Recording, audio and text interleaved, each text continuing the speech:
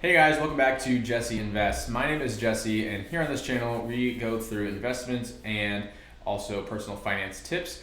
Today we're going to be looking at my dividend income for my M1 portfolio that is currently at over $3,000. So before we get started, hit that like button down below, hit that subscribe button. It means a lot, helps me out tremendously. And kind of what we're going to be going into is we're going to look at the income I've earned this month, the income and returns overall in total, and we're going to look at what my recent stocks, how they're doing in the last 30 days, how they're doing all the time, and look at what positions I hold, which is about 18 positions. So without further ado, let's jump in. I'm on M1, which is a finance app. It's also available on your browser. It's a brokerage account that I have here, and I have $3,210.41 invested. So I have overall returns of 36% return on my money. I have $507 in market gain, $100 in dividends paid out so far, for a total gain of $600. The value there, is 3,200, which I talked about. Here's kind of the performance chart overall. And something I want to look at real quick is the performance of my account versus the S&P 500, which I feel like is really important. And I did not start investing in this account in 2020. It was more like 2023, I believe. But it's saying that if I invested in all these positions, if I did everything I'm doing now but started it in 2020, I would be up 151% on my money. So I'm outperforming the S&P 500 by about 55%. Just super cool to see. Okay, and then let's look at categories. So I do have $14 in uninvested cash right now in this account. This is just from dividends paying me out where I have not reinvested that yet. And I have 8 slices. So in M1, you can divide your stock picks into different slices and you can name them and label them. So for example, here at tech, I have a little tech emojis here, $361 of my portfolio is in this. They're kind of like sub portfolios. I have a 54% total gain on tech, and that comprises of just Microsoft, SMH, which is in like an AI chip ETF, and Apple. And those are all up, and it gives me the total dividends for that as if it's its own little mini account. So these are all called pies, different slices. So that's a cool thing to see. I have 8, which is growth, up 25%, tech up 54%, financials, industrials, restaurant stocks, grocery stocks, income and bonds, and healthcare. So that's how it works, those 9 slices there. I have a positive return on all of them except for healthcare, which is down 10.62%. And that's because I just have one thing in that account, which is Eli Lilly. And I invested at a really high point, but the company's just been going higher and higher and higher. So I do believe that over time, dollar cost averaging, I'll be up on my healthcare portfolio, the Eli Lilly.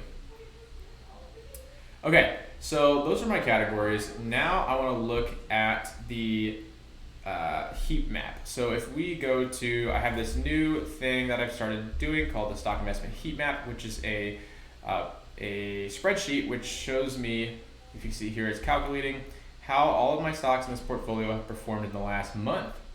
This right here is available to you guys, where you can plug in your own stocks down in the description. The link is below. It's available as a template. All the spreadsheets I use in my videos are available as templates for you guys, which is super awesome, super helpful. You can do exactly what I'm doing. There's nothing I'm doing that I have access to that you guys don't. So you can go down there and see that there. So over the last 30 days, it looks like Caterpillar is up 12%. SMH is up 12% as well. That's the semiconductors. JP Morgan is up 11. And then we've got good returns from Kroger, Microsoft, Maine, and Target. All these are performing well in the last 30 days, 5% or higher. So we can see that there's actually more stocks up in the last 30 days than down, which is kind of nice. We can see that Apple's about 5%, VU and STHD still have good returns. And then kind of around break even are Eli Lilly, VYMI, and Aflac. And then down in the last 30 days, our biggest losers look to be MasterCard, Waste Management, and McDonald's. McDonald's has been a big loser for a while now. It's probably my least favorite stock I own, but I am very hesitant to get rid of it. So that's how the last 30 days of stocks have been going. Now let's look at my top performers overall and look at what I have in the account.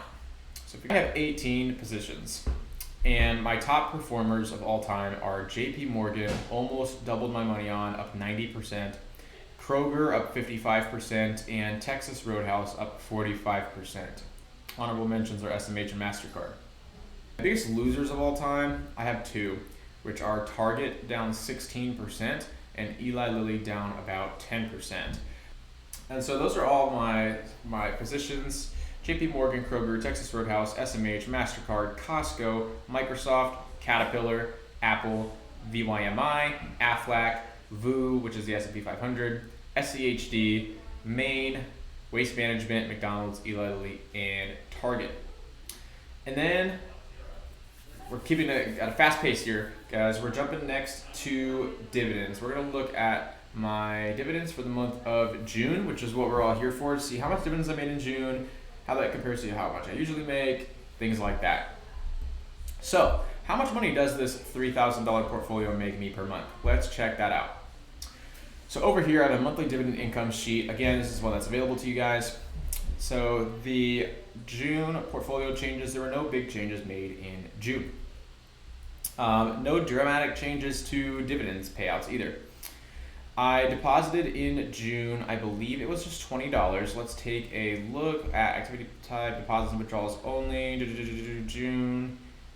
Oh, it was actually 2 deposits of $20. So I did deposit $40 in total in June, and then there was a $3 monthly fee from M1 for just having the account open. So I added $37 to the portfolio. Buys and sells, you can see that kind of magically appeared. I had to add that in there. Was $40 of Maine. I recently added Maine to my portfolio, and so my buys are going to be a lot of Maine to get it caught up to how much I have with the rest of my stocks. But let's go over to dividends earned.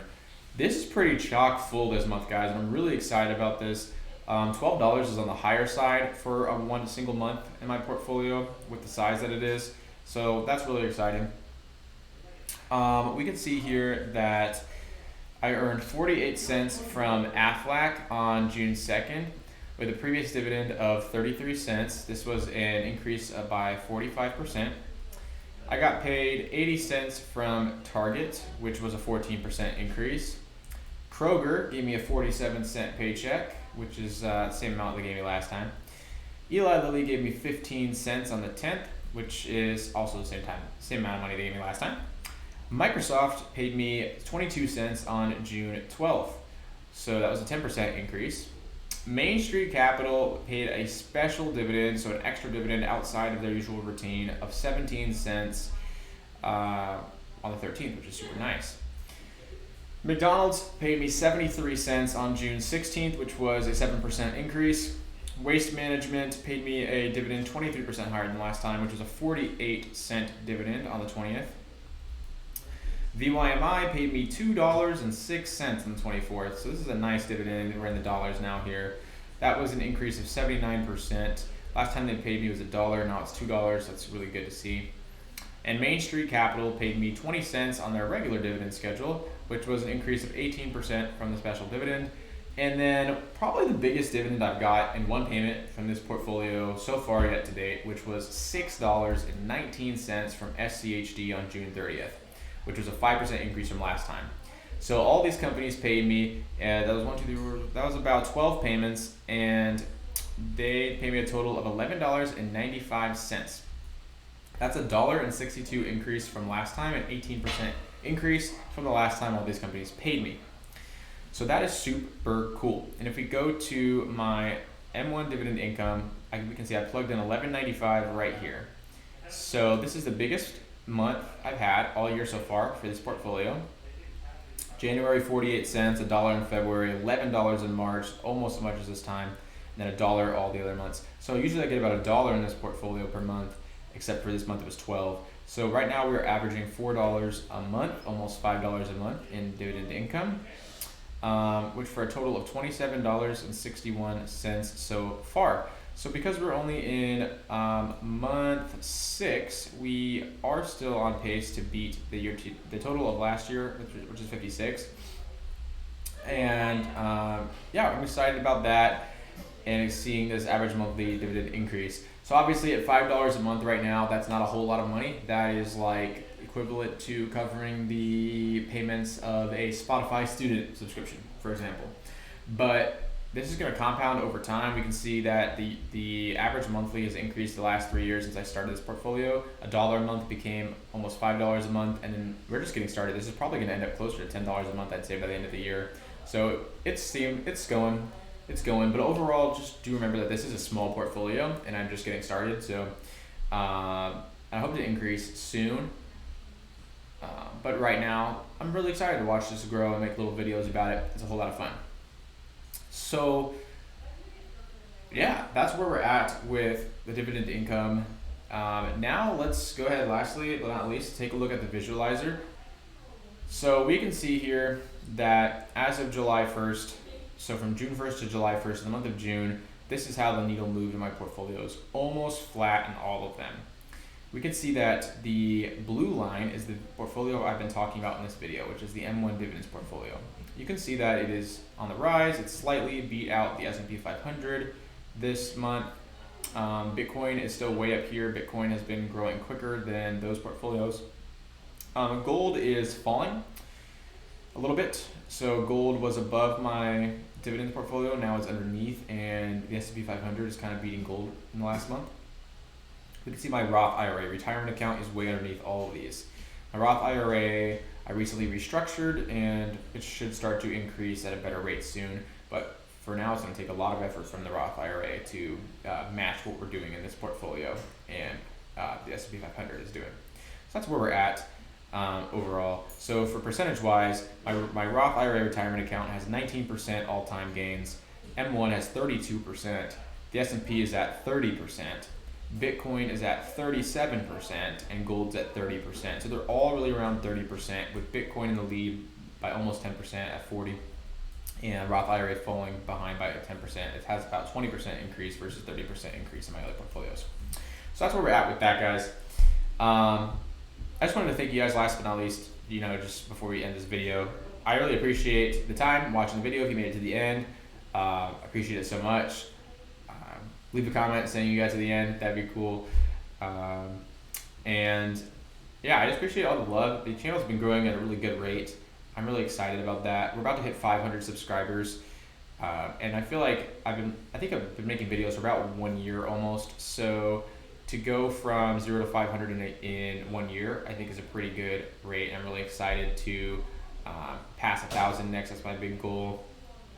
And hopefully down the road monetize this account so that I can use that money back into the portfolios to grow at a faster rate to show you guys more exciting stuff. Obviously, if it's growing faster and higher amounts of money, it's going to be more exciting to make videos about, and I'll have more things to make videos about.